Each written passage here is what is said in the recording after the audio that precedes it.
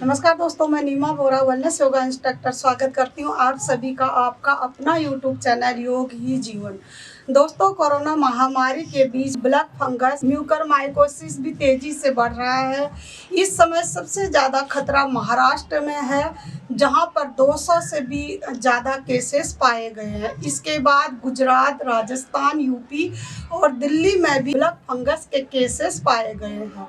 अब सरकार ने ब्लैक फंगस को महामारी घोषित कर दिया है।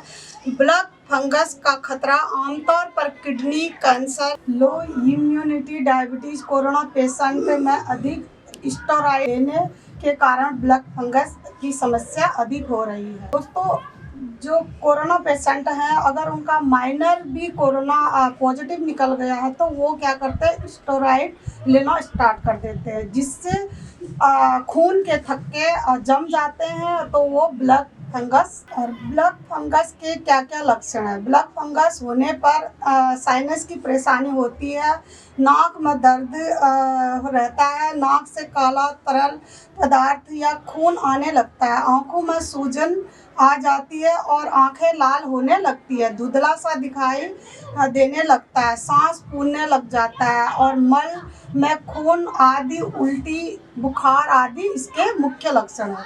दोस्तों, ब्लैक फंगस एक तरह का फंगल इन्फेक्शन है। यह उन लोगों में जल्दी होता है जिनका इम्यून सिस्टम बहुत ही कमजोर है। दोस्तों, ब्लैक फंगस होने पर क्या क्या हानियां हो सकती है? म्यूकरमाइकोसिस ब्लैक फंगस के कारण आपको गंभीर जोखिम हो सकता है, जैसे आंखों की रोशनी का चले जाना, नर्व डैमेज, नसों में खून के थक्के जमना आदि। तो दोस्तों, कारण कोई भी हो, अगर आप डेली योग, एक्सरसाइज, प्राणायाम करेंगे तो इस महामारी से आप काफ़ी हद तक बच सकते हैं। आज मैं आपको कुछ योगिक क्रियाएं बताऊंगी जिससे आप ब्लैक फंगस में काफ़ी हद तक निजात पा सकते हैं। वीडियो स्टार्ट करने से पहले जो मेरे चैनल पर पहली बार आए हैं, प्लीज़ चैनल को सब्सक्राइब कीजिए और एक बेल आइकन का बटन प्रेस कर दीजिए, ताकि हम कोई भी वीडियो आपको डालें तो आप वीडियो स्किप ना कर पाएँ। तो दोस्तों, सबसे पहले मैं आपको एक क्रिया करके दिखाती हूँ जिसको जल नीति बोलते हैं। योग में 6 क्रियाएं बताए गए हैं, उन्हीं 6 क्रियाओं में से एक है जल नीति।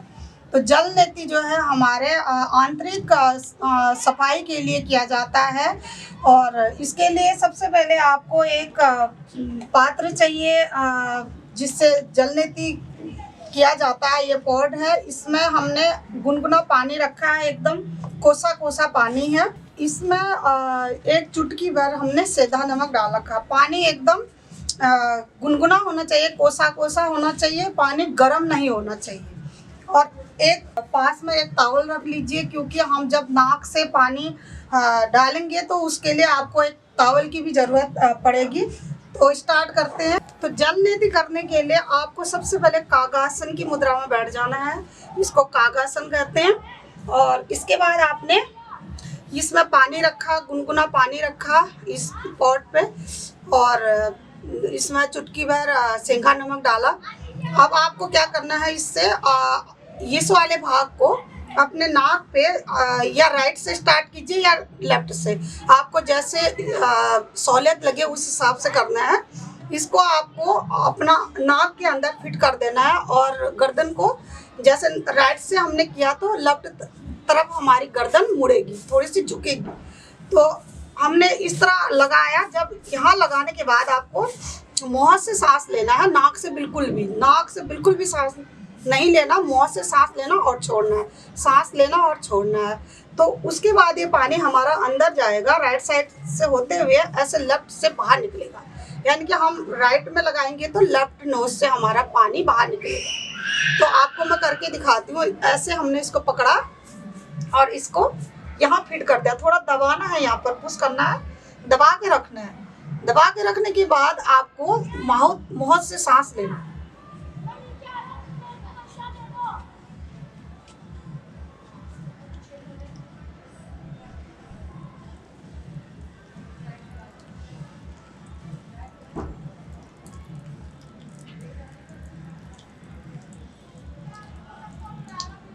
अभी मैंने आपको राइट नोज पे लगा के दिखाया, तो लेफ्ट से हमारा पानी बाहर निकला, और अब लेफ्ट नोज पे हम लगाएंगे तो राइट से ऐसे साफ करते हुए आपके अंदर के जितना भी गंद है उसको निकालते हुए वो बाहर निकलेगा। आप देख लीजिए इसको। फिर हमने यहाँ लेफ्ट नोज पे थोड़ा सा दबा दिया। दबाने के बाद हल्का सा हमने अपनी गर्दन को झुकाया और मुंह से सांस को लिया।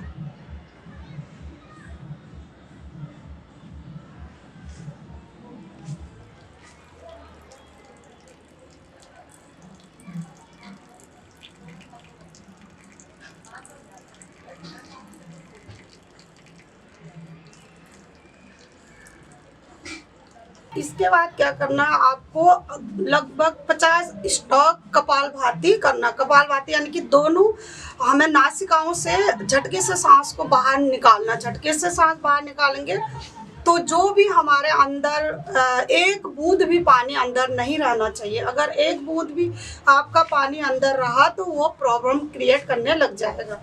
तो इसके लिए आपने फिर दोनों घुटने पे हाथ रख के आपको करना है इसमें कपालभाति, यानी कि झटके से दोनों नासिकाओं से सांसों को बाहर निकालेंगे तो सारा ही जितना भी पानी अंदर अटका होगा वो सारा बाहर निकल जाएगा।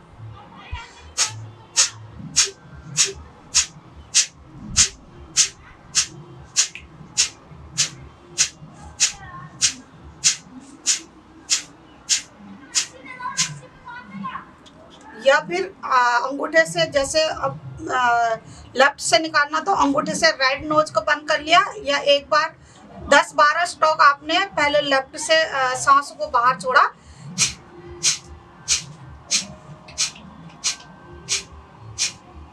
और इसी तरह फिर लेफ्ट को बंद करा अंगूठे से राइट से।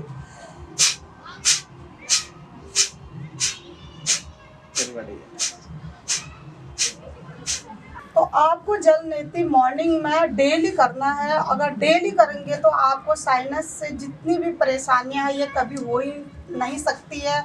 ब्लड फंगस कभी आपके शरीर में हो ही नहीं सकता है। आपको कितनी भी समस्या है साइनस से, ये सब आपकी ठीक हो जाएंगी। दोस्तों, जल नेति के क्या क्या लाभ है। माइग्रेन की समस्या, अस्थमा, आँख, नाक, कान के सभी समस्याओं को ठीक करता है।